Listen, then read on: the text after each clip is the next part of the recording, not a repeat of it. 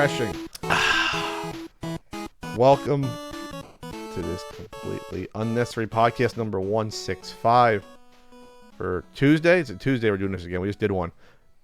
June 18th, 2019. Almost summer. The last springtime. See you podcast. That's Ian Ferguson. Hi. I'm Pat Contry. We'll be talking about the MegaSD from Terra Onion. Dr. Mario World gets a release date and a trailer / instruction manual. A new NWC found and sold. It was sold. I guess it was sold when it was found. Atari VCS article. That'll be lovely from our friend. Maybe a Tales from the Game Store. A Patreon poll topic. Q&A. Ian, have you been enjoying Cadence of Hyrule? I have. Yes. I picked that up. Like immediately when it came out, I really liked the original game, Crypt of the Necrodancer. That they did. That was released in 2015, and it's a roguelike rhythm game. It's a dungeon crawler, but you move through the spaces on the beat. So 1, 2, 3, 4, 1, 2, and it brings up it increases an attack multiplier. So the original game that they did, Crypt of the Necrodancer, was just that. It was a randomized dungeon crawler, and there was lots of different stuff you could get and find and do. Cadence of Hyrule is fairly remarkable in how it does more than that, but also the fact that Nintendo gave their property to an indie game company, a Canadian indie game company. Okay. I mean, they've never done that before. Well, they've licensed Zelda. Yes, not to an indie. I know, but not an indie game company. And the people they licensed it to were bigger. It was like Capcom or Philips at the time. Okay. That worked out. Philips worked. Yeah, that worked out great. So basically, they take the concept of Crypt of the Necrodancer and they put it in a top-down Zelda. You can play as either Link or Zelda. And you explore an overworld and dungeons like you would in a normal Zelda game. But when there's enemies on screen, the rhythm part takes over, and that's how you fight all the enemies. Okay. And then when it's not, you can just move around like you would in a typical mystery dungeon roguelike game. You can actually turn the rhythm mode off completely if you don't want to deal with the rhythm game aspect of it. Just play it. And you can just play it as a turn-based dungeon crawler. Basically, one of those dungeon crawlers where you move, they move, you move, they move, you move. One space at a time. Yeah, one space at a time. Because that's more or less how the game plays out when you're playing it with the rhythm mode on. It's every beat is a turn. You can choose to skip one if you want, but every beat is a move on the map. It's neat. There's all the traditional Zelda bosses are in it. The multi-headed dragon is there. Only this time it has like glockenspiel armor and stuff like that. So. Yeah, it's really neat, and it's hard. It's not like crazy long. It doesn't seem like. This review says 5 hours. But given the fact that a lot of that stuff is randomly shuffled up every time you start a new game, you can play it. It's roguelike. You can play it multiple times. Well, that's pretty cool. So when like a moblin throws a spear, is one space at a time? That goes yep. So you can. But that's pretty cool. Yeah, like there's enemies that will throw the spears, and they will you'll see the target on the ground, so you can get out of the way in time. Yeah, it's really cool. All the different enemies have different patterns and stuff to learn. The soundtrack by Danny Baranowski is it with an F? Baranowski is fantastic. It's really good. I normally don't I don't listen to video game music outside of video games, like stuff that was actually written for it, but this I would listen to. It's very, very good. So, yeah, that's what I've been doing, playing that. And the graphic style is like Link to the Past sort of graphic style, 16-bit-ish. It's 16-bit-ish. It's done in the Crypt of the Necrodancer style. And but for a Zelda comparison, Link to the Past would be closest, right? Any of the overhead ones, yeah. Okay. I'll check it out. Yeah, I'm sure Nintendo liked what they did before with their other game. What's the indie company's name? It's Brace Yourself Games. Brace Yourself Games. That's a funny one. And so obviously they probably were looking at builds and giving them guidance along the way. They're not just going to put out whatever. And so that's good. It's a change of pace. Eventually we're going to get that Zelda racing game. We haven't filled that genre out yet. Just we'll do that one. And what else is missing from the Zelda games? Zelda Fighter. Smash is not good enough. Just Zelda people. I want to fight as an Octorok. Why not? Zelda Tennis, a sequel to Mario Tennis. Zelda Tennis. There you go. Zelda Golf. Fill out the roster. I want to swing as a Tektite. I want to swing a club as a Tektite. So I don't usually look extremely rested for the podcast. In general, working on a Super Nintendo guidebook late nights, but I haven't shaved as you've noticed. I usually like to shave the morning of, or at least the night before the podcast. Recently, my hot water heater went Saturday night. We're recording on a Tuesday. Went to take a shower. Usually the symptoms of no hot water heater, or it's something's wrong. Not a lot of hot water coming out, or it's like lukewarm. Something's going on. So imagine that. Imagine that. So I go over to the hot water heater, and then I see there's a basin. First of all, I looked at the temperature thing to make sure it's not some ghost would have put it on low or off, because I'm an idiot who would have done that. And then I looked at the basin that it's sitting in, and there's water filled up to the top. So it leaked, and when it leaked, you're done. I don't know why a hot water heater leaks.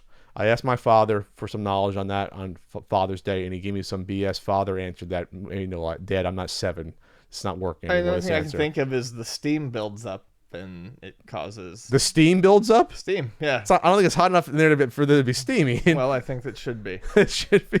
But anyway, so the bad news in all this affects my NES collection. My Mike Tyson standee was stood up not far enough away so that the hot water heater basin, which is like, we'll say about 5 inches high, the water busted through and damaged the bottom probably 3.5, 4 inches of my Mike Tyson Punch-Out standee. Unfortunately, damaged a relic. It's like an original painting getting spray painted. So on the bottom, white letters, you have that nice brownish water damage on the bottom. So immediately, of course, first things first, what's most important, I blew dry off the Mike Tyson's Punch-Out at the bottom, because you don't want the corrugated cardboard to separate in the bottom of it. And it's damaged, but whatever, it's fine. If it was Pat from 5 years ago, I would have went nuts and threw something through the walls. Ian could attest to that. I was like, okay, whatever. So I have home warranty insurance. Not homeowner's insurance, that's different. Homeowner's insurance is like if your roof caves in, something happens, a tree falls on your pet, or if someone slips and falls and they could sue while doing a podcast or something. That's what homeowner insurance is for. Home warranty insurance is like for like appliances, water heater, dishwasher, your AC, things like that. So I call them up, give them a call. And you hear bad things about home warranty insurance usually. It's advertised on TV. It's hit or miss. They try to jerk you around a little bit or not cover things. But, I put in a claim on Saturday. They said, oh, okay, someone's going to call you on Sunday. No one called on Sunday. The contractor didn't call on Sunday. I tried calling the contractor directly. They weren't open. The contractor they assigned, the plumbing people, called me back Monday morning to set up to come on out. And even beforehand, I did my research on the contractor, the plumbing company. I looked up the Yelp reviews. Oh, boy, were they not good. Oh, when you see that nice 1.5 out of 5 stars review, it's like, oh, this is going to be something. And what people were saying is, oh, they overcharge for things that aren't needed. And I'm like, okay, now I know what I have going in. I know what to expect. So the guy shows up. He looks at the hot water heater. First, I asked, can you just bring a hot water heater with you? Because you can't really repair these. They're like $500-$600. Just replace them. I mean, you can't really repair them. Just replace them. So because it was like a 10-year-old water heater anyway. So they said, no, but we have to diagnose it first. I'm like, oh, here we go. You have to diagnose it.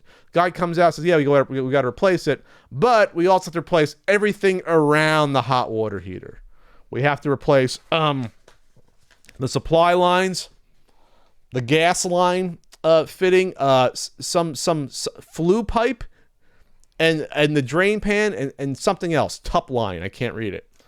So I expected this. But so I started to question the guy, like, why can't we use what's there? I mean, it's not like it's bad materials. It's not like the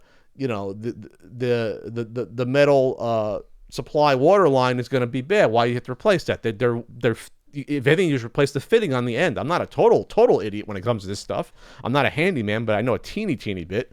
And he says, no, we just got to replace it. I'm like, okay, this is how they make money. I understand contractors have to make money for the time because the hot water heaters, I'm not buying that. That's coming from the insurance. But holy shit. So he gave me the prices for everything, and I looked them up. Like the drain pan. I don't know why you need a new drain pan. It's a fucking pan that your furnace sits in. $70 I was quoted. I looked it up at Home Depot for a plastic one, $20. And then the supply lines, he said, oh, we need stainless steel supply lines. And I looked at the ones on top of my water heater. They look pretty stainless steely to me. They didn't look like they were made out of like 50-year-old iron. And so I was quoted $100. Those are about $30 to get those. Again, I understand labor's got to get paid for it some way, but I thought that'd be reimbursed through the home warranty and that I wouldn't be paying this bullshit stuff. So it's going to cost me about $500 to get my hot water heater replaced, which is about what a hot water heater costs. So they got a nice scam worked in where I can't tell them to go fuck themselves and buy my own hot water heater, because then I still have to pay the labor of the plumber to come and install it, which would probably be a couple $100. But then again, the plumber probably wouldn't give me the bullshit about you got to replace everything around it, but maybe you would. So they got this figured out, this nice racket, where I'm still saving money, but I'm still getting screwed in the butt at the same time with this home warranty. And again, this isn't the home warranty people, I don't think. This is just the contractor taking advantage of rubes like us and bending us over. So they are the scumbags contractors of the week, but I still need my hot water heater. But you know what, Ian? A bucket bath isn't terrible. Bucket bath, fill up a dollar store bucket, and you know what? I'm gonna get a little into water conservation right now. I'm gonna use half the bucket when I showered. You only use only need like two gallons of water, a gallon and a half of water to shower and for our hair, and we're wasting so much water in the shower. But yes, it is nice to feel that hot water in a first world nation come down on you and soothe your achy yoga muscles. But anyway, so so be very careful with your home warranty insurance. Not your homeowners, your home warranty insurance, because you can get stuck like me here, and then and plus they charge. This is always a good sign when they charge you 3% on top for when you use your credit card to pay. That's what they on my credit card authorization form. That's what and I don't know why I got to fill out a credit card authorization form. I never had to do that before with anyone, because usually that's in person. So yeah, not a great company to deal with. And if they fuck with me, I'll I'll ass blast them on the next podcast.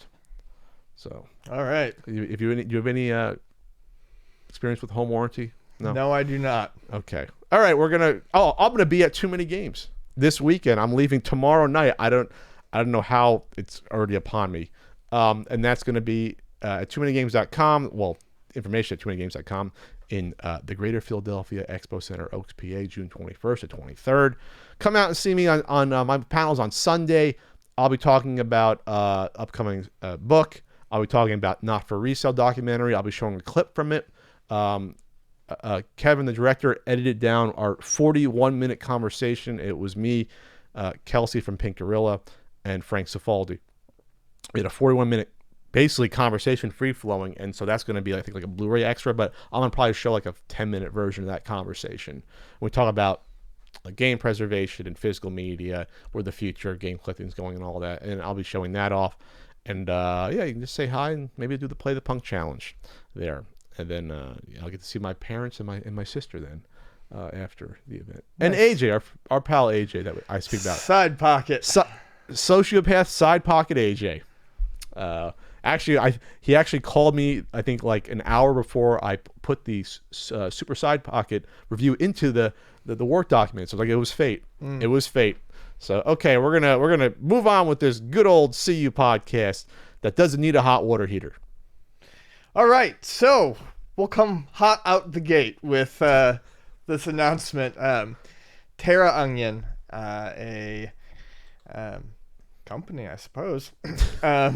Never heard of them until yesterday, or 2 days ago. Came out with an item called the MegaSD. The MegaSD is, if it does what it says, this thing is impressive. So it's an FPGA on a cartridge, essentially. This is a flash cart that you can use on your Genesis for not just Genesis ROMs. It'll also do Master System ROMs. It'll do Game Gear ROMs. Okay. But it will also do 32X and Sega CD. Okay. That's wild. Because then at that point, it's not just ROMs that like a flash card. It's now building in coding to interpret and add on the functionality of hardware to the Sega Genesis through the cartridge. That's where it's impressive. Yep. Exactly. So. And we spoke about them before, by the way. Did we? The Super CD System 3. Oh, that's them. Okay, so Yeah. they've got. Okay, so they've got some background here, and the Super CD System 3 was well reviewed. So this is, I think it's, my buddy actually ordered one the minute they got put up. I think it's like $285 shipped is what he said it is. And I believe they ship in August. But yeah, this is pretty incredible for the price. You can have, that's a big saving. For a good working condition Sega CD, you're looking at probably about $200 right now. Well, this is how they advertise it. Really, it's $200 for a working one. It's gone up. For maybe not a Model 2. Model 1 though is definitely about $200. It used to be about 100, 120, something like that. Not anymore. They advertise it the ultimate accessory for Genesis / Mega Drive, complete FPGA recreation of the entire Mega CD / Sega CD hardware into a plug-and-play cartridge. Again, you're basically adding on the hardware on a cartridge, the coding, so to speak. So plays both ISOs, bin plus Q, and ROMs. RAM-based cartridge for instant boot. That's good. We don't get that load-up screen. I want the load-up screen. Man, I wanted to hear that if there's a load-up screen. Compatible with all original or region-free patch Mega CD / Sega CD BIOS. Okay, you probably got to supply your own BIOS. Is that what that's saying right there? Supports Mega Drive, Sega CD, Master System, and 32X games. Requires a 32X add-on though, Ian, it says.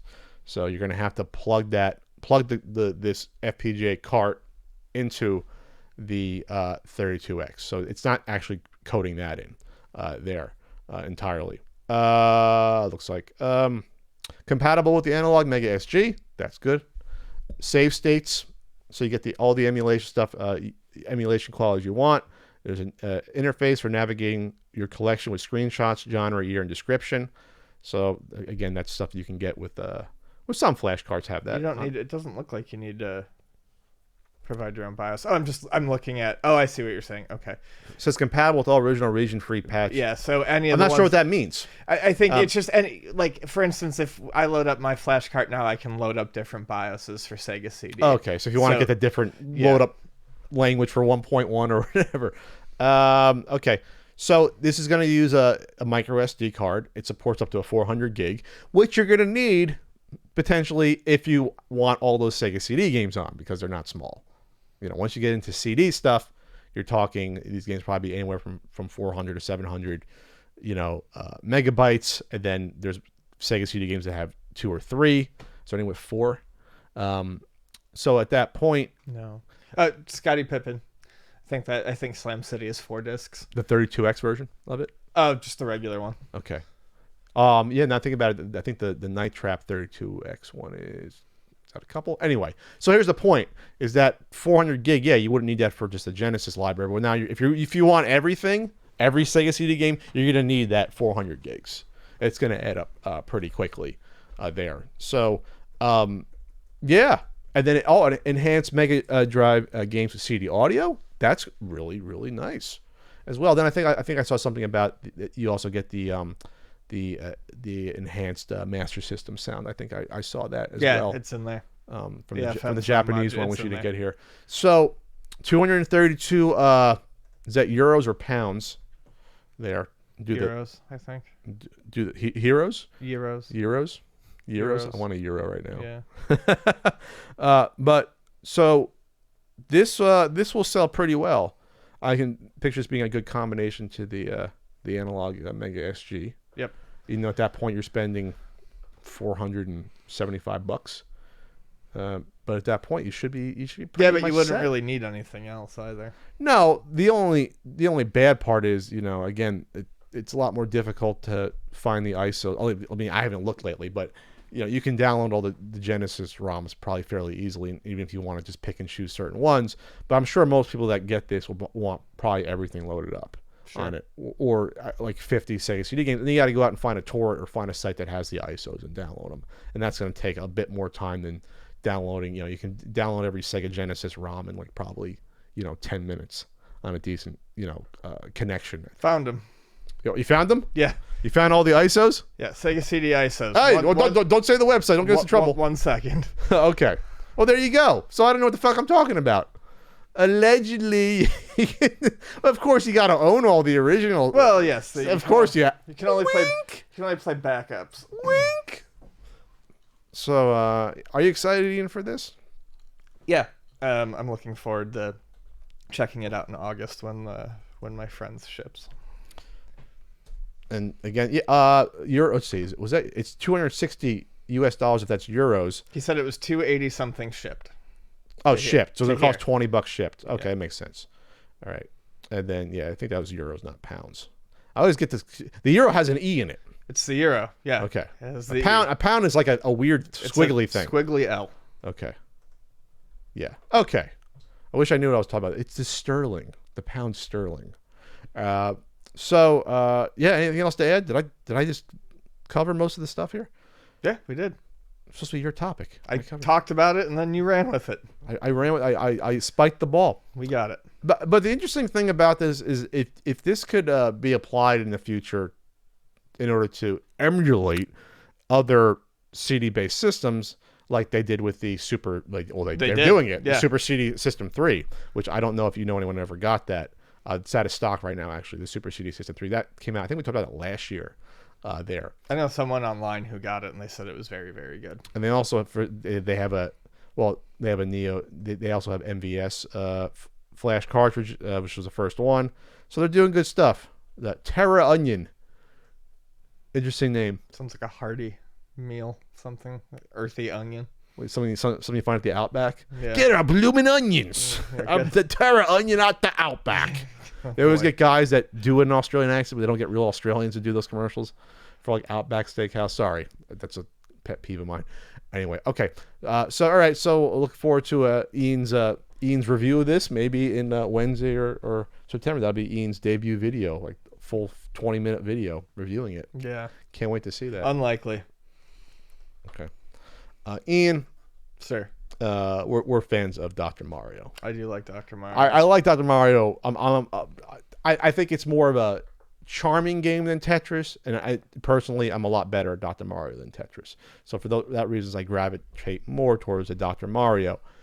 So we knew about Dr. Mario World being in the wings to come out as a mobile, one of those dirty mobile games.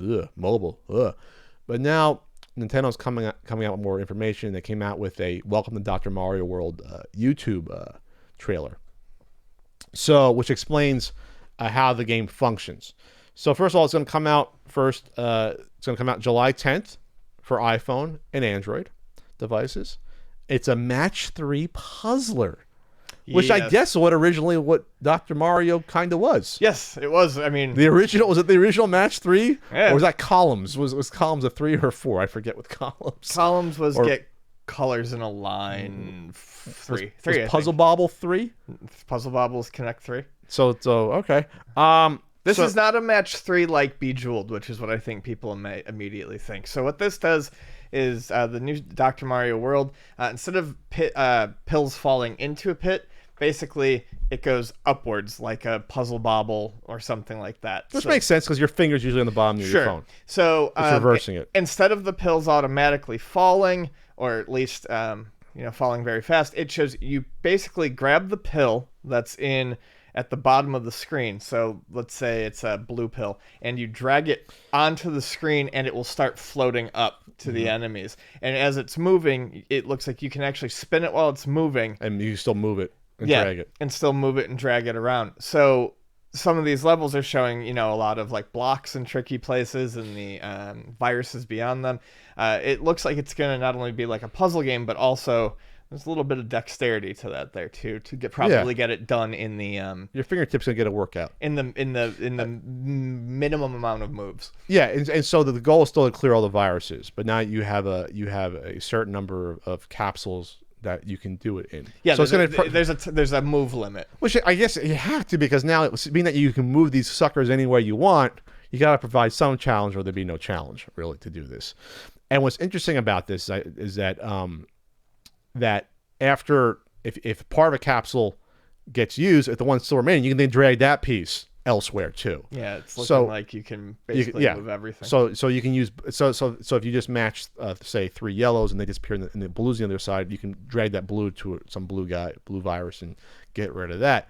It looks like there's bombs that you could clear. There's turtle shells. So there's some, it changes up the formula a little bit more because we're in a mobile world. You have to do that. We can't be just bored with the regular stuff. And you can get different doctors with unique skills. Yeah, you can get Dr. Luigi, Dr. Peach, and Dr. Yoshi, I think. And Dr. Toadstool. Oh, all right. Little Dr. Toadstool. And they have different powers, looks like that. Yeah. So, and there's different worlds that you can go in. So you build up your cute little staff.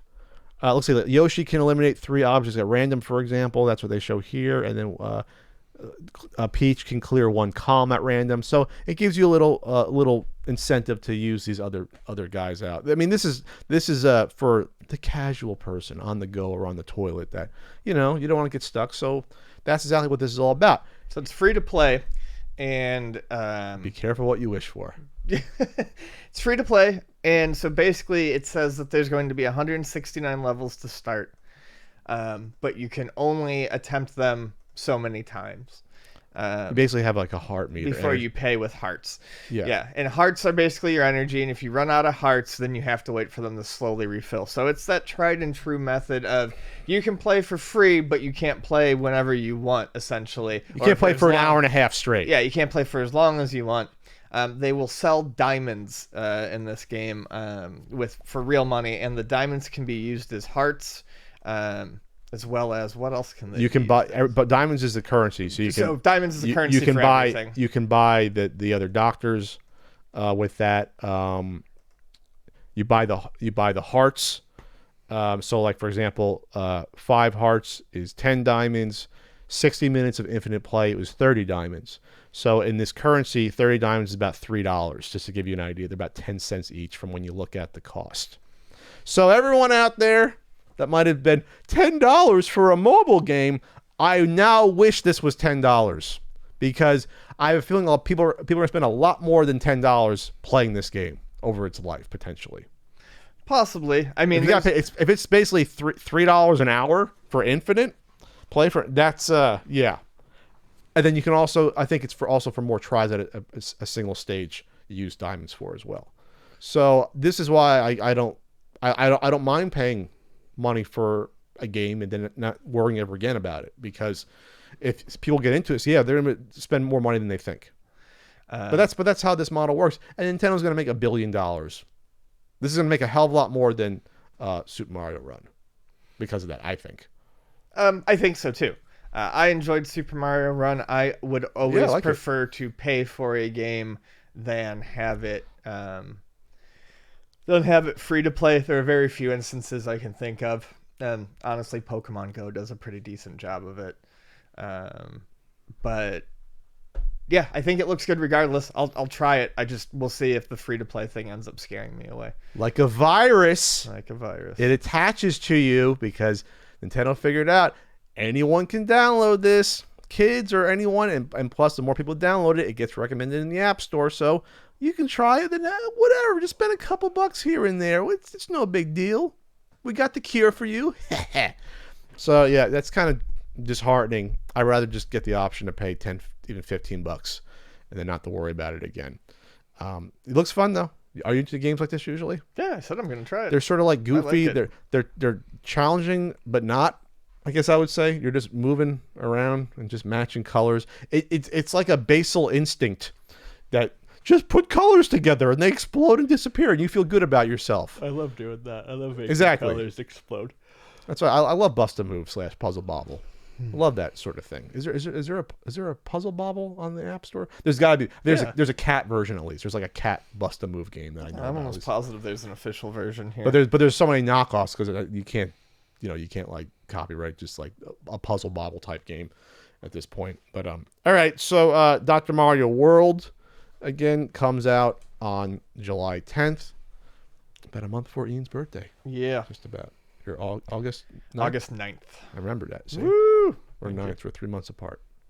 3 months, what, 3 years apart? Something like that. I'll be 37. 2 years. 2 years, 3 months apart. All right. And there's Dr. Bowser in as well. I forgot about that. It's like a boss fight. But no, I think you can use him or get him. It even says in the article it's a boss fight. Oh. But he's a doctor. Why would you fight another doctor? I don't know, because he's a bad doctor. I would trust Dr. Bowser. No, I feel like he probably abuses a sports license. The sports license? Yeah. He's shooting people up with performance-enhancing drugs, Yeah. PEDs. Exactly. Okay. All right. So another, this is like the third NWC cart that's come about the past like 2.5 months. Is there a conspiracy? This is wild. And I would Pat's worried about the value of his game dropping. I figured, I when I was first alerted to this, I thought it was, a sign of like, people getting frisky and letting them go, but it's not. This is a new one. It's a new one. This is posted on our favorite website that was recently sold, Nintendo Age. Posted by Armageddon Potato, which is a great name, by the way. Hey guys, I just got the phone with a friend of mine who buys and resells storage units. He just sent me pics claiming he had uncovered this, and it's pictures of a scraped off gray NWC cart. The label's gone, and there's some writing on there which is hard to read, and it's an NWC. I think it says Rooster Pepper. Rooster Pepper? I'm just making something up. On the back it says Chris. Yes. Looks like it says Chris. So and then there's pictures of the board there. It's an NWC cart, and pictures of it being turned on. So someone struck some gold in a storage unit. You don't know what they paid for a storage unit. You don't know if it was $100, $150, $1,000. That the Storage Wars show has sort of exposed the business, and more people got into it. From what I hear, storage units used to be $30, $50. I see a spider crawling on my Master System games. But now storage units that typically would be dirt cheap now can cost hundreds of dollars, and it's more of a gamble. But if you find an NWC cart you weren't expecting, you're all good. Yeah. That's fine. You can don't worry about the lawn chair crap that you'll have problem selling, or the busted up lawnmower that someone put into the storage unit, right? Who cares? Yeah, you could sell this. So I guess the first question I'm going to ask is, obviously, what's the value of this is now the third labelless NWC cart. The famous one with Mario written. There's another one that has no label, and now you have this scraped label one. We'll just call it the scrape label. So, Ian, what do you think? Being that we know that the one went under the radar for $13,500. We know one sold for, I think, around 20 or a little over. I think it went a little over 20. I think it was like 23 or 24 on a private sale. In this weird sort of age now, with WADA and other outsiders getting into the industry, comics people, what do you think one of these could go for on the open market? One of the labelless NWCs. I don't know. I would say that it could get at least as much as the one that sold for $13,500 or $13,000. I'd say it's probably $15,000. 15. Wow. I don't know. I mean, I wouldn't be surprised. Do you think this one someone's postulating between 8 and 12? I think it's going to be the question of, is there more notoriety to like the ones like the Mario one that everyone knows about, or do you want one that's actually in good condition and not bad condition? And it goes back to, this is the 30th time I'm saying it, that there's no grading system when it comes to carts. When it comes to these video game carts, there's no like, this is poor condition. This is a 0.5 label out of 10, right? Most NWCs you see will be at least a 3 or a 4 or 5, and some get up to like 7 or 8. And there's a couple that are really clean if you want to say they're like a 9, So this is a 0.5. This is a comic book with the cover ripped directly off. Well, it's tough for me to have a guess as to what it would go for, since that last one didn't really sell for what it probably would have. So it'll probably be less than what obviously a good one will go for. Say $10,000 at least, easily. I'd say easy 10 at this point. Sure. It's a very punk rock NWC. Punk rock. So on Nintendo Age, they actually, I didn't know this. There's a graph that tracking all the numbers of the NWCs from 1 to 350, color coded with in green which ones are confirmed. I didn't know they had this before. Which ones are confirmed with a blurry photo, which ones are confirmed with no photo, which ones are rumored. So according to this now, this makes this the 78th confirmed copy of a gray NWC out of the 350. So that's a survival rate of PatMath 8/35. What is that? 20%? No, 7. No, what? It's like 20%. No, 20. It's 5. Yeah, it's 20%. It's a little Okay. around 20 to 23%, something like that. So what's interesting though is that this doesn't take into account that most likely 26 of the grays were cannibalized for the gold. Most likely that would probably makes sense to do that, not create new boards for it. So really, then when you look at it like that, there's let's say there's 350, and they say that because I guess the highest number that's confirmed is 348. That's been found, so it's probably 350. So you have then 7. Now I'll just do real math. So let's say they made 350 total, and that includes both gold and the gray there because they cannibalized it. So we'll do the pat math here. So 78 gray plus 26 gold. Excuse me, how many remain of the 26? I think it's 13 or 14. We'll just say 14. I think it's 14. 14 plus 78. 92 confirmed NWCs that still exist. Divided by 350. That's 26% that we know still exist. That's a decent number for something like that. Yeah, it is. It's a decent number. Obviously, there'll be more that come out. I don't think you're going to get to 50% ever at this point, since ones will probably destroyed and thrown out during the competition. Maybe you get up to 30, 32%. Maybe you get to 100, get to 30%, something like that at this point. But the fact that we found a few, though, within 6 months is kind of weird like that. By the way, what I thought was Rooster Pepper is absolutely Rad Racer. Rad Racer. Yeah, it says looking at it now, you can see it says Mario, Rad Racer, and Tetris written on it. So someone scraped off the label, which takes a lot of work for an NES cartridge. Well, and they didn't succeed very well either. I'm just saying, just to write the 3 games that are on the cartridge. They really didn't like that there wasn't a description, I guess, on the NWC label. I guess so. And with that, they cost this eventual reseller, storage unit seller, probably like $5 to $10 grand at least by doing that. But it's still found money, right? It's still found money. So I'm not into storage units. I know people at Swap Meet that have done it before. This could happen again. It could not happen. It depends. People are trying to postulate, is this one of the Chris winners, one of the 90 Chris's? I think there was like 3 or 4 Chris's out of the 90 that were the finalists. So was this one of those Chris's? At this point, it'd be hard to know at this point. But I imagine this will go up for, being that storage people flip the stuff, this is going to go up for auction probably the next month or so. Or a private sale. Because sometimes private sales go for more because people want to make sure they get it. It's the truth. Both of mine were a private sale, actually. Private dancer, dancing for money, do what you want me to do. Anything else to add, Ian, after that? Nah, just little Tina. All right. Just little Tina. Flex Pro Meals, Ian. We're proud to partner with them and to eat their yummy meals. Flex Pro Meals is a meal delivery company that sends healthy pre-made meals to your doorstep. Their goal isn't to give you salad, but epic recipes, entrees you may have grown up on that they make healthier, yummier versions of.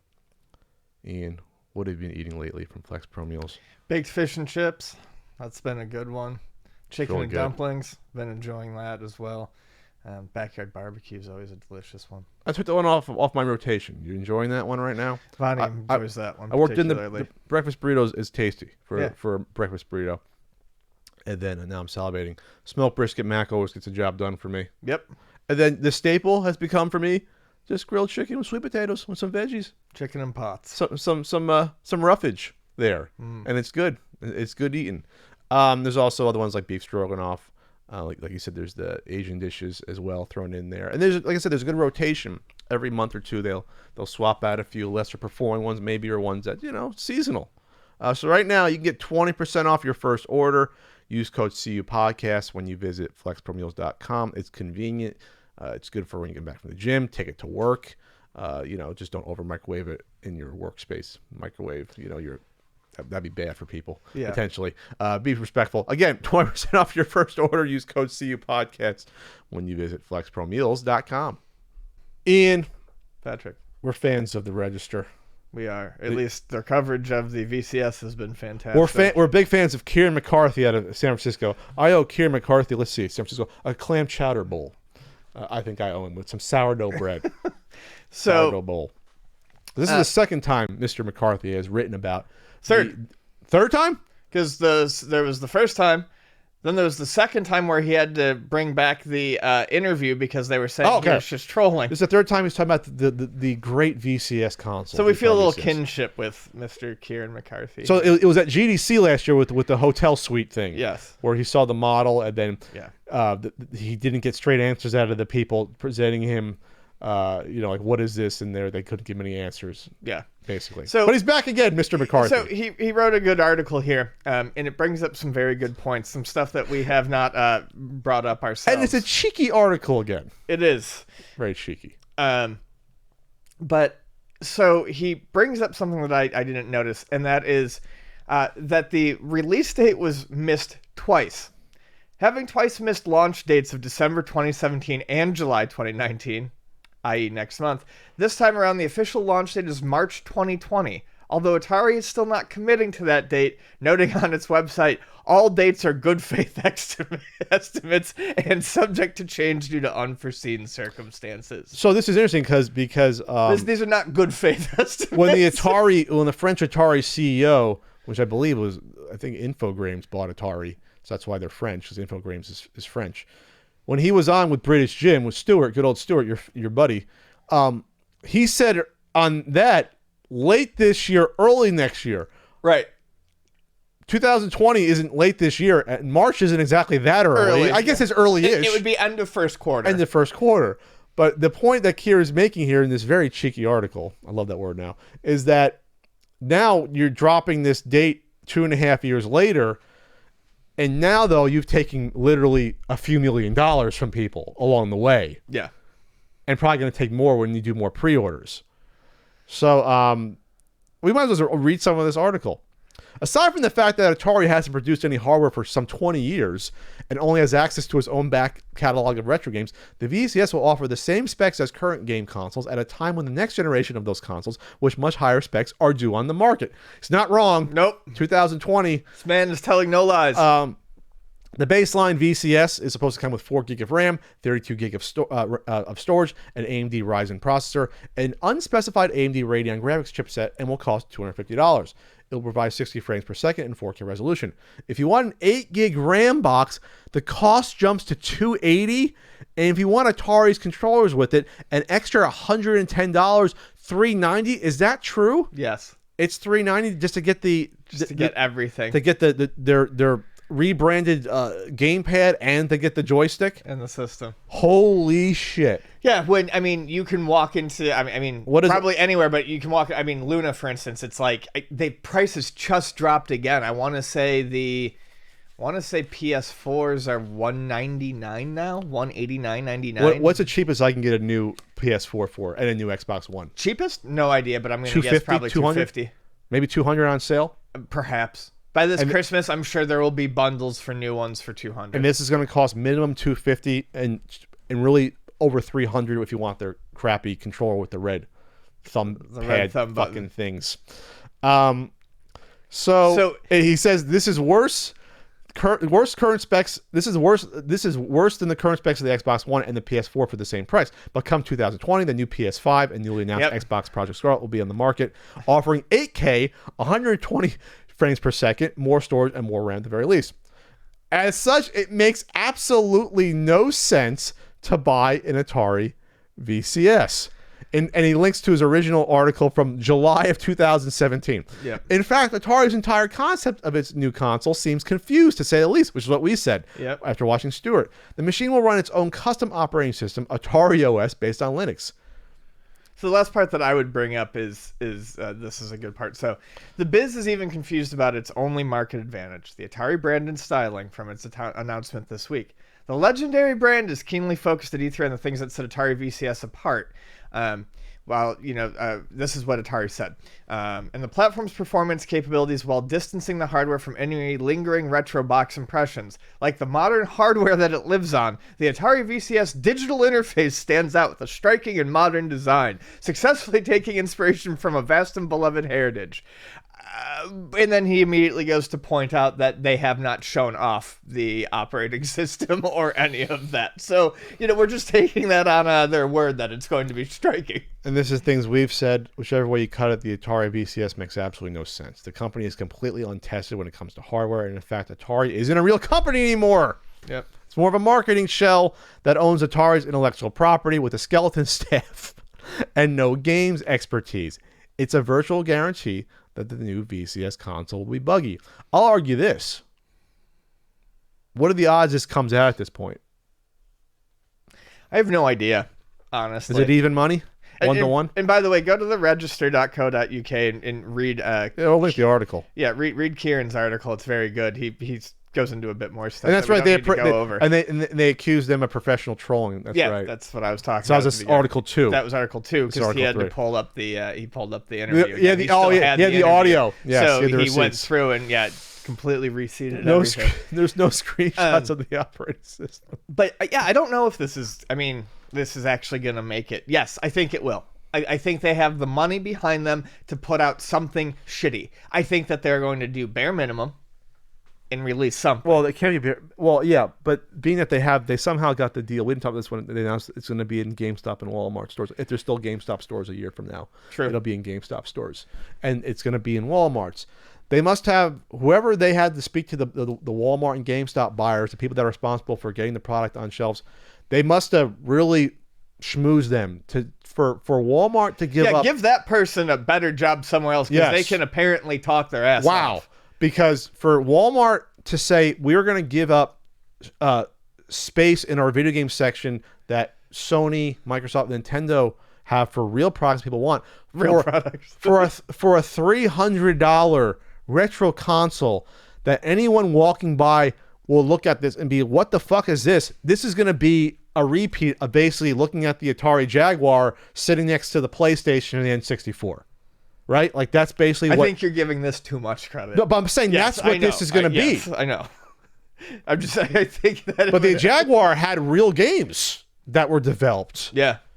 It may not be and it was a system that stood out by itself. This is just... I'm waiting for the spicy exclusive where they announce a special edition of Roller Coaster Tycoon for the fucking 5th time. They can get that Unreal Tournament 2004 Ultra Edition on there. I might be in. You'll be the biggest VCS fan out there. What are you doing, Pat? Oh, I'm just playing Unreal Tournament on my Atari. Okay, Pat. I'll talk to you later. Well, Atari just published that. They didn't.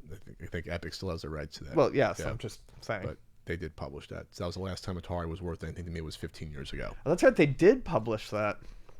They did, but that was still I guess Atari. That was Atari 2.0. This is 3.5 that was or 4. That was Infogrames Atari. Was that? That was Infogrames? I'm pretty sure. That was 2004? Okay. Well, they did that. Or no, that might have been I don't know, whatever. Hasbro. They went through Hasbro first. I think that was, yeah. Well, I think we're in Atari 3.5. 3.8 at this point. So anyway, so the closing statement is pretty good here. The closing couple paragraphs. Had Atari simply recreated the beloved Atari 2600 and charged $100 for it, it could have created its own retro market and made a tidy profit. If it had been smart, it could have also opened up its games and encouraged a new generation of gamers and coders to develop new games for the console. Just look at the success of Roblox. I don't know what that is. What's Roblox here? It's some online thing that kids do. Okay. Instead of what it's done is spunk $3 million of its fans' money, you can tell they're from the UK, on developing an underpowered, outdated, overpriced, overcomplicated console that will please no one and go nowhere. Here's the thing, Ian. If this doesn't come out, would there even be recourse for people to get their money back at that point? Well, it was through Indiegogo, so... I mean, I don't think so, because they didn't need to provide a prototype. And, it sucks when this happens, but people constantly forget when you back something, you aren't purchasing something. No. You are backing something, and that is your reward for backing it. If it fails, it fails. You're not backing a guarantee. You're backing a promise Yeah. that could be broken, a promise that something in good faith hopefully will come out. I'm not saying this is the laser razor scam thing from a couple years ago. They want to come out with this. If they don't come out with this, Atari's name will ever be dirt. They might as well sell it to the 5th owner at that point. I'll buy the Atari. I'll come out with the Atari hat and speakers. I don't know that ever came out. The watch never came out. Remember the watch we talked about? I don't think that ever came out. So the hat with the speakers did. That did. I saw people wear. Oh, that's right. They were clearancing. Yeah, they were clearing out on sale. Yeah, I should have bought one. There must be other hats with speakers. They probably just rebranded them. Your pooping hat. Who would wear a hat? Is that the new like hat with beer cans on the side with straws? The hat with beer cans was more practical. Yes. That's still around. Yeah. That was a Seaside Heights a big thing in 1985, 86. That was a huge deal back then because people were drinking on the boardwalk, getting drunk. Anyway, so you know who's drunk with good ideas? Atari coming out with the VCS, right?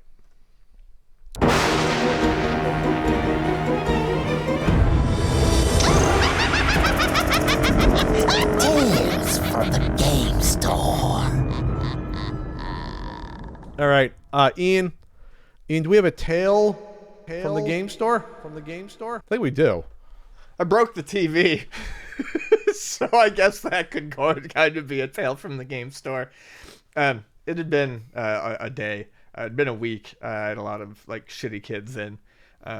Someone was trying to sell me 2 games. I can't remember what games they were. It was like a sports game and like a Battlefield 3 or something. For like a PS. For like a 360, PS4? Yeah. It was like an old, and I was like, and I looked and like GameStop is offering like 10 cents or nothing for them. And I was like, $2? And the guy like freaked out on me. He was like, $2? That's a fucking ripoff. And I was like, whoa, buddy. I was like, I know it's not a lot of money, but GameStop won't even take these. And he's like, you sell those games for $5 here. Why can't I get, $4? I'm like, that's not how it works. So his brother called me a fucking asshole, and then I yelled at them. Whoa, how old were these kids? They were like mid-teens, like 15, okay. 16. And I just got pissed. So I walked and I was yelling at them. And I walked to the front door and I yelled at them as they walked down the street. Nothing impressive or anything, but I was just very angry. I was like, no, I'm going to fucking make sure they know that they're shitty people. So I yelled at them as they walked down the street. Get out of my store. Yeah, go away. Get away, youngsters. Go away. But I will say this. If you think Ian's making up these stories, you forgot to say this. Oh, yeah, we forgot to mention this. Pat was present for a potential tale from the game store. I went to the Chula Vista location. Yep. Two locations. I'll call them Chula Vista. And to pick up the remaining stock of a certain NES guidebook because it's out of stock. You can pre-order third print at ultimatnes.com. And I was in the back picking up the boxes. So Pat's in the back picking up boxes. And I hear a little bit of raised voices. So basically while Pat's in the back getting the boxes, this dude comes in and... early 20s about, you want to say? Yeah, like early 20s, I would say. 23-ish. And he comes in and he's holding a bag. And...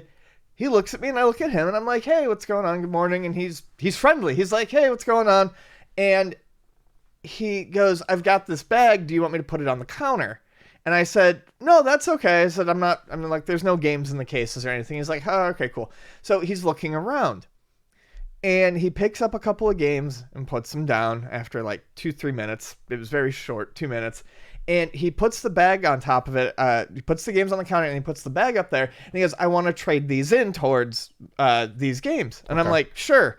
So I look through and I set aside like 4 games of his that I can't take because they're too scratched. What type of games were they? They're PS2 games. Okay. It was like 2 PS2 games and like 2 Wii games.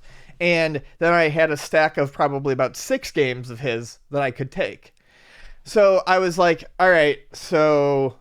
these are too scratched. I can't take these ones. But these I can take. Let me look them up. And I go to sit down. I sit down, and as I'm looking, I can see the guy just like fill with rage. He's just getting so fucking angry. And he looks at me and he's like, nah, screw this, they're too scratched bullshit. It's everything or nothing. Wow. And I was like, like it was just a turn. I still to this day I have no idea where that came from. And I was like, all all right, dude, I don't need your games then. Take them. And he's like, it's fucking ridiculous. And he turns around. I said, then don't scratch your fucking games. And that's when Pat was like walking my out. box. I'm like, I looked on the curtain. I'm like, Pat walks out with his box. Goes, what was that? And I was like, just been open for 5 minutes. yeah, it was literally the beginning of the day. That was within the first 5 minutes that happened. So. I still don't know why Ian works in retail after all these years. It doesn't help his anxiety probably.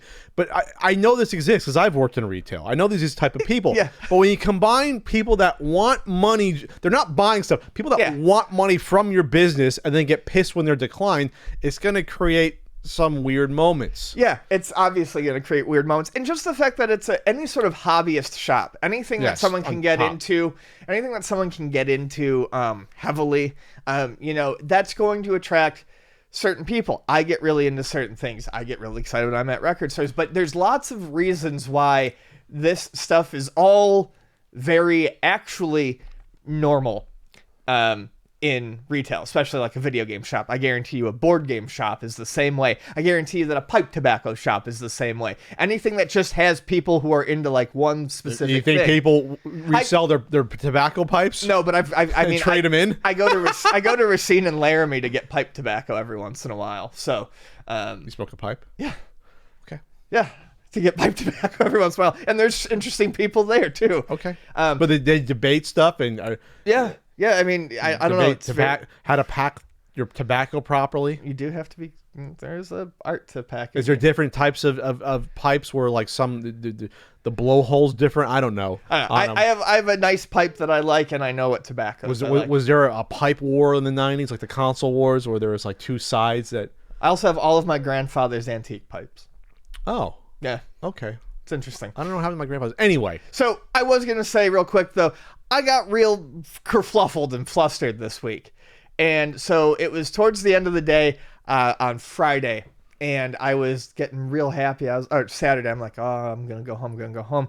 But I'm already at that point where I'm losing stuff. Like, I'm trying to get ready to go, but I'm like, okay, no keys. Where are the keys? Phone, where's the phone? Okay. Guy comes in with an N64. And I'm about to tell him, hey, man, we don't buy anything from, after 7 o'clock, because this was probably 7:30, 7:35.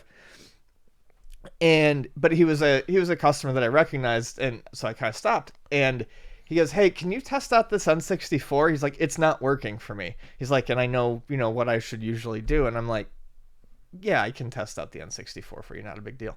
So I grab the game, and I grab the system, and I hook it up, and it's dirty. It's just dirty. Yeah, the game is real bad. Would you stop there and say your game's dirty? That's why it's not working? Well, yes, but I've got 20 minutes, so I'm going to be helpful. Like I said, the customer is a regular, and I don't know why they would be having this issue with it, but I'm cleaning it. It's gross. Anyways, I clean it twice, stick it in. It works. It's fine.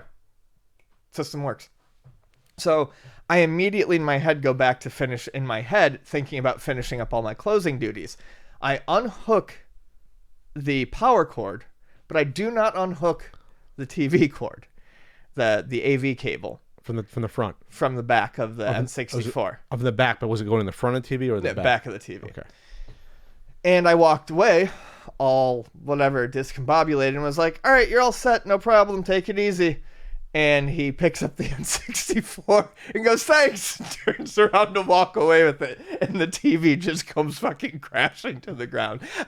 They always talk about things happening in slow-mo. How big's this TV? Oh, 19-inch? It's smaller than this. Like a 13-inch? Yeah, okay. Yeah. So it doesn't weigh that much. You could do this. Okay. Yeah. But, that was terrifying. And the poor customer was so...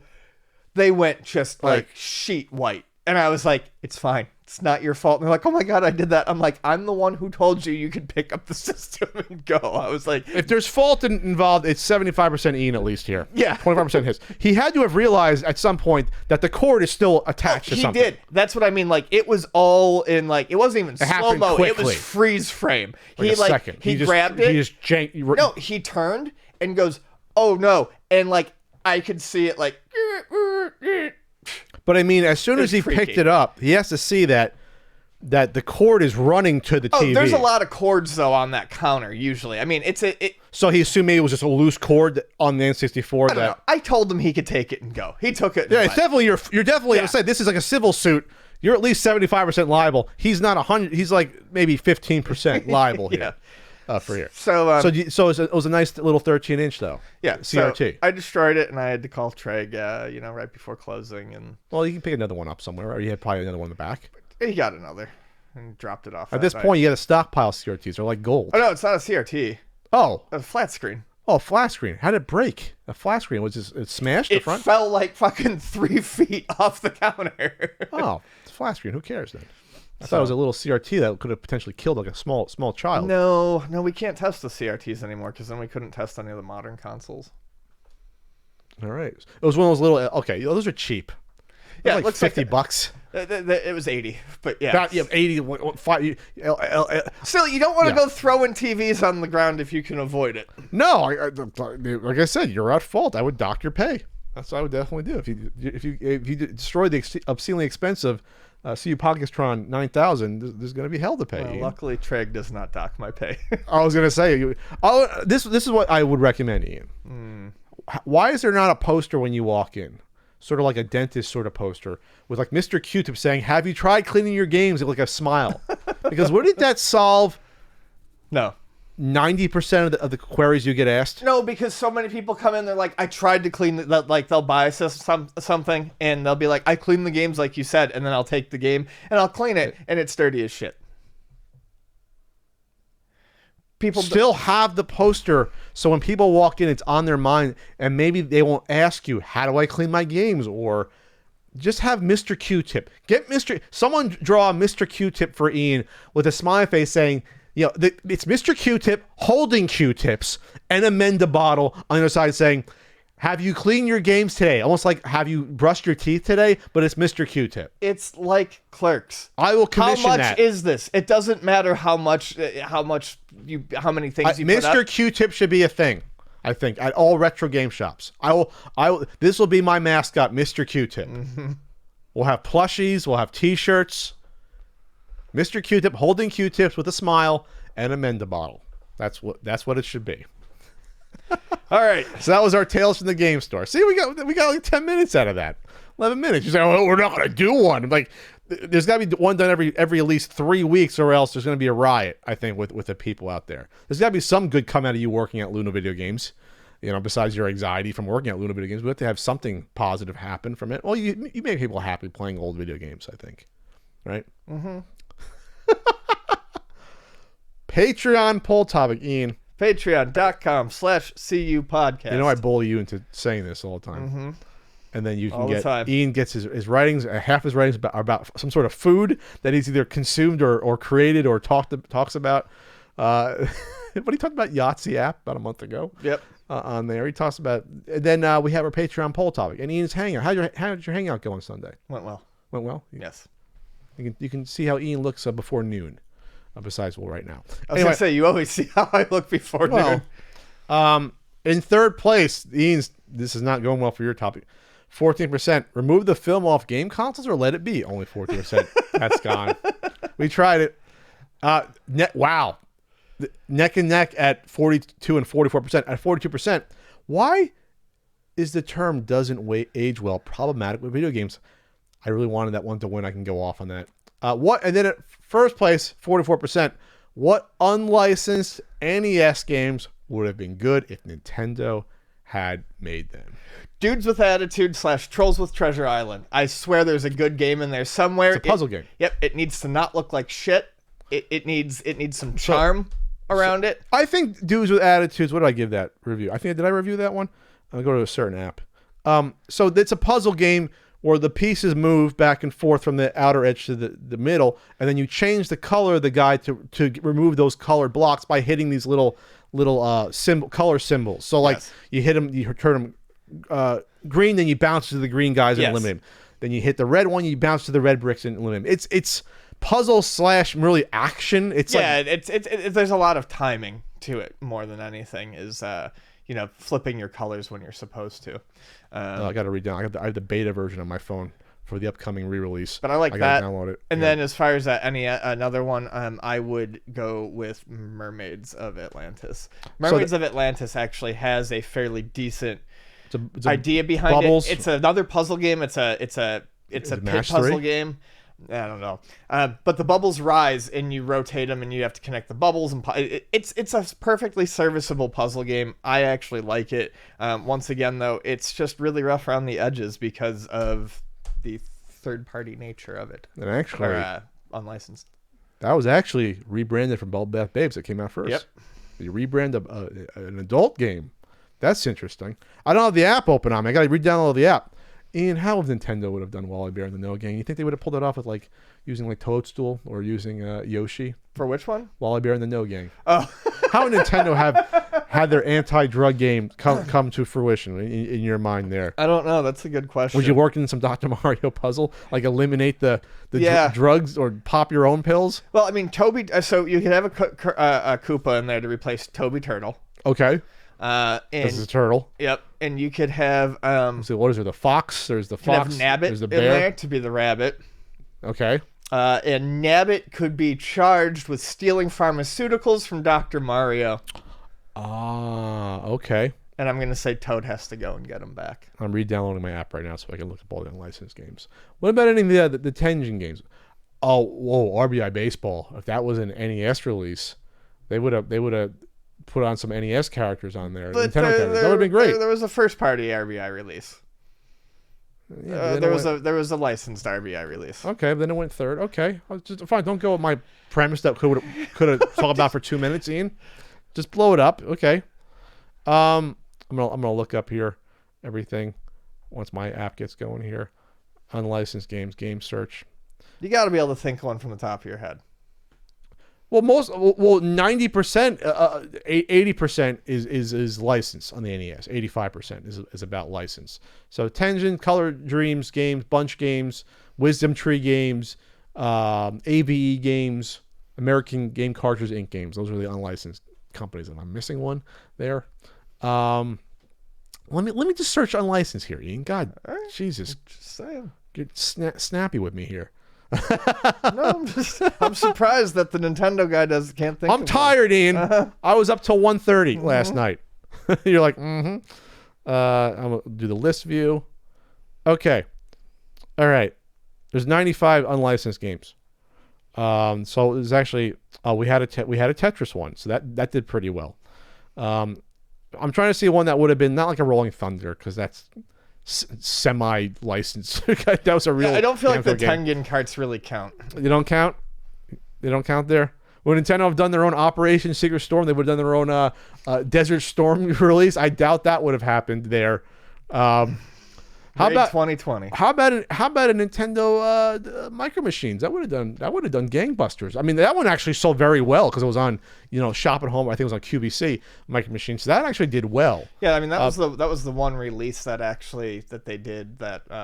Comerica. They kept doing. I mean, the Micro Machines.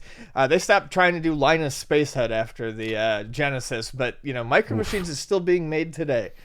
Oh, they're still doing that. Let's see. I'm trying to find one that would fit some sort of like mascot or something that Nintendo could do a twist on. Because a lot of it, like Double Strike, it's just like a generic shooter. That's not going to work. How about Big Nose the Caveman? Big Nose the Caveman? Yeah. So, that's like Joe and Mac-ish already. What about Super Robin Hood? From the Quattro games? Oh, Jesus, God. How about Captain Comic? Honestly, Captain Comic always, because the DOS version is kind of fun. I used to play the DOS version. That's actually a game that I think has a pretty good game hiding underneath it. Hiding underneath it. So I got 2.5 stars. I think that's probably a good call, actually, Captain Comic. Okay. They wouldn't do Blackjack. They wouldn't do Bible Adventures. Baby Boomer. The NES version of Baby Boomer. That's what we want. Gumshoe. Well, come on, Ian. You have like you're shooting like things that are gonna hit Baby Yoshi or Baby Toadstool in front of them. That could have been something. Could have been something. Yeah. Let's see. No Action 52. It's slim pickings when it comes to the unlicensed stuff that you think Nintendo could turn around. Pestterminator, the Western Exterminator. You know what's funny about this? Whenever I would visit my ex at her condo, there was always the Exterminator guy, like, because it's a real exterminator company. There was a van sitting outside. So I think someone worked for that company there, which escapes me at the top of my head which one it is, what company it is. But he has the same, with the top hat. He's hiding the mouth behind his back to crush rodents, I guess, because that's cute. All right, we're running out of steam here. I think he did fine with Captain Comic. With Captain Comic, Yeah. that's the one. I think that was a good one. There's not going to be a Nintendo first party Sunday Fun Day the ride. You're not going to get Tiles of Fate most likely, because that's kind of like, what is that? It was like a mahjong. Shanghai. Oh, Shanghai. I don't know. There's that in mahjong. Don't tell me. Don't care. Shanghai don't is care. the solitaire. Okay. I mean, being happy with less info is not good. What would be the Raid 2020 NES version? That's an anti-drug one though, kind of. That wouldn't happen as well. All right. Well, thanks for the Patreon poll topic there. We got some miles there, and I have a feeling next time it might be the problematic doesn't age well one. All right, Q&A time Do one.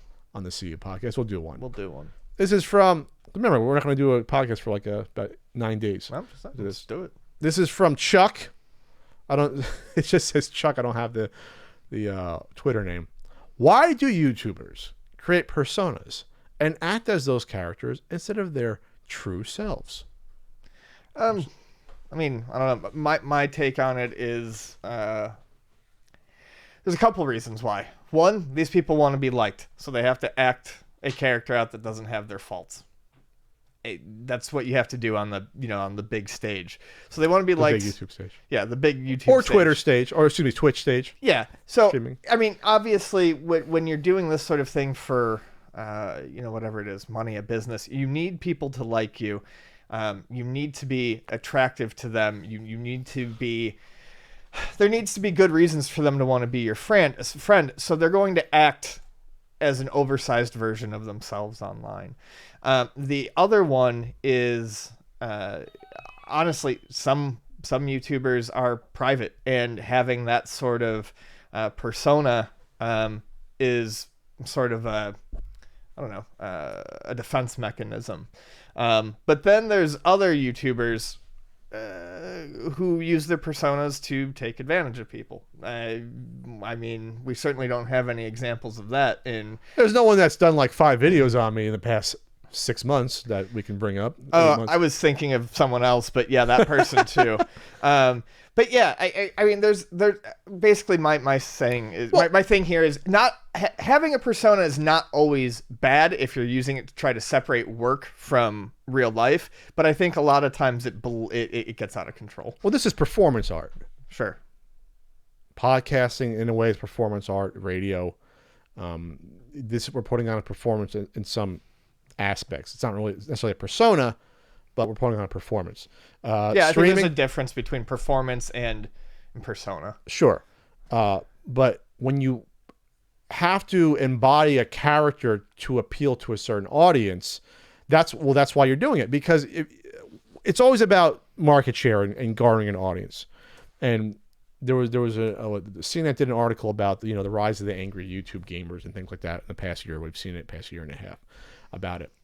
And even the people came out and said, some of the people said, like, no, I'm not like this in real life necessarily, but this is how I know people will watch my stuff. Right. I have to pretend. I have to stand out. I got to pretend to be angry about shit in order to capture that audience. Yeah. Because unfortunately there is that audience. Yep. There's one that exists. There's one that people get pulled into. But people know that these audiences exist because they see other people doing it. Before it was the angry, originally it was just like the angry YouTube reviewers where people saw James doing it, and you had the irate gamer copy him, and you had other people. You had the, what the fuck was that other one? There was a handful of angry gamers back in like 2006, 7, 8 that were people knew about. The Game Dude, that was the other one that was back then. So that was an act, though. You can tell that was an act. That was a performance. Sure. But now you have people doing commentary and doing game reviews where they become a character. Whether it's Jim Sterling doing like a wrestling character and he's sitting in front of a podium. Whether it's people pretend to be a pro gamer and that's their persona there. It's because they have to attract an audience, and it's not necessarily that they're they couldn't attract an audience being themselves, but it's more of a guarantee that if you put on an act, you're going to attract an audience. Dr. Disrespect it looks like a goofball because it attracts an audience. There's, he knows that, hey, there's tons of streamers out there. I'm going to put on sunglasses, a mustache, a fucking wig, and pretend I'm from the 1980s, and people are going to be, this is different, this is cool, and it worked for him. And then he goes into bathrooms at E3. And then he went and filmed inside bathrooms. But he'll be fine. The point is this, I'm not trying to knock the guy. He found a formula and it worked. But him being himself may not have worked. And that's with anything. It's performance art at that point. That's what it is. It's not to knock people that do it, but it's just the reality is that they have to do that. The only issue, though, is that if you attract an audience for a certain reason, maybe you're the angry gamer guy, or maybe you're the guy that's always critical of something out there. Once you have established a certain set audience, it's very hard then to do a 180 or separate yourselves from that audience that you've created and nurtured. Sure. Yeah. And I've seen that before with people. Yep. Where it's like, oh, I don't know why my audience reacted to me doing this certain video. Where it's like, well, you've done other angry videos before criticizing a certain sort of aspect, and now that you've kind of shied away from that and your audience is mad of it, maybe because that's the audience you attracted. Yeah. You've grown up with that audience. They're the ones that supported you. You can't all of a sudden divorce yourself from the audience and expect it to be okay. You sort of make your bed lie in it. You attract a shitty audience, they're going to be shitty people to you eventually. They're not Potentially. they're not just being nice to you. Or you can they won't turn against you, but then you have to cater to an audience. Right. Yeah, there's one of those. And what's gotten us into quote unquote trouble is that we don't cater with our stuff. If we catered, we could be as big as angry gamers. We know what we could say to garner an audience, but we have what's called integrity. So we say what's more on our minds and what we want and really what our true opinions and values are, which usually don't waver to what an audience might want to hear, unfortunately. And there are certain audiences that are on Twitter versus Facebook versus YouTube versus podcasts. There are entirely different swaths of people that gravitate towards certain platforms. And what works towards one may not work for another. Yep. Not saying there aren't people on YouTube. Obviously, there's people on YouTube that enjoy our content.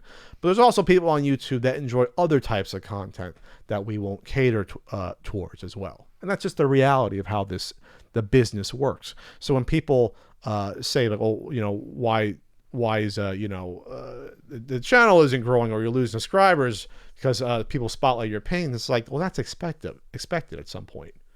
It just is. And you got to be cool with that. Or else you just start pandering and create a fake persona. And then you see your views go up, but then you have no soul eventually. No soul. Because like I said in that article, people were like, yeah, this isn't really me. If it's not really you and you're putting out content that doesn't contain your values, I couldn't live myself doing that personally. Maybe you can, I can't. Yeah, that's kind of what I'm saying. You do what you do to get by, obviously. I'm not judging that, but I couldn't live with myself doing that. Yeah. There's a persona that keeps you separate from, work and business, or separate from life. And then there's just this fucking out of control rageaholic persona. Mm-hmm. And it's going to bite you in the ass. All right. That's it for this CU podcast. Again, I'll be at Too Many Games this weekend. Gonna get friendlies? Oh, God, am I going to get friendlies? Is that even a question? There's a friendlies about like 6 minutes from my parents' house. Nice. Roughly. There's one. I'm like, that's fate. So last year I showed up about 5 minutes before they were closing. Yeah, I remember hearing about that. And I was just asking, I even asked, like, is this a franchise? How does this work? Like, I think some are owned by the corporate and some are franchises. I think that was a franchise. And I'm looking at friendlies. I'm like, God, they got to, I don't know. I know they've closed a ton of them. They'll always have some that survive in certain areas, but yeah, I heard there was a whole bunch of ones that just closed again recently, which is crazy because like 4 years ago, I think we were talking about one that was about to open or something. Well, it was like the high tech friendlies. Yeah. Remember? It was like, oh, we got USB chargers at our tables. We're stepping into the late 2000s now. But the friendlies I went to, the decor was out. The few that I've been to, when I go back to the ones in Jersey and Pennsylvania, they haven't been updated since like the early like 83. Well, someone saw told me that the last one in Buffalo closed down, and that's funny to me because I did not know there was a last one left in Buffalo to close. This is becoming a friendlies conversation. How many friendlies are left here? FRIENDLY friendlies in the summertime. I'm gonna guess there's about 75 left in the U.S., but let's just see. Where to buy, menu, locations. It's right. You can go into stores. If you go to the East Coast, there's Friendly's ice cream stocked. Yeah. So it's like Carvel.